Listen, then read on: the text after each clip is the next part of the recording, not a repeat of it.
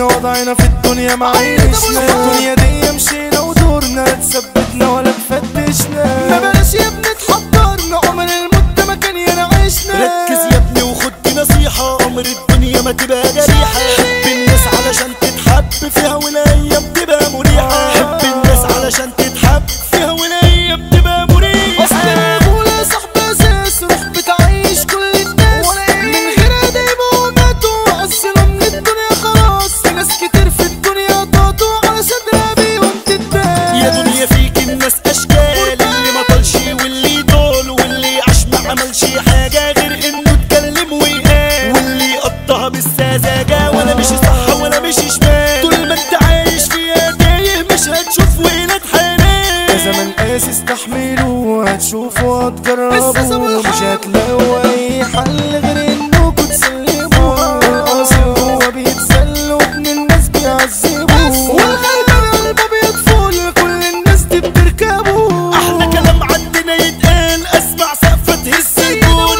هنقول جهيد غربان يعني الحكم على اللي يخون.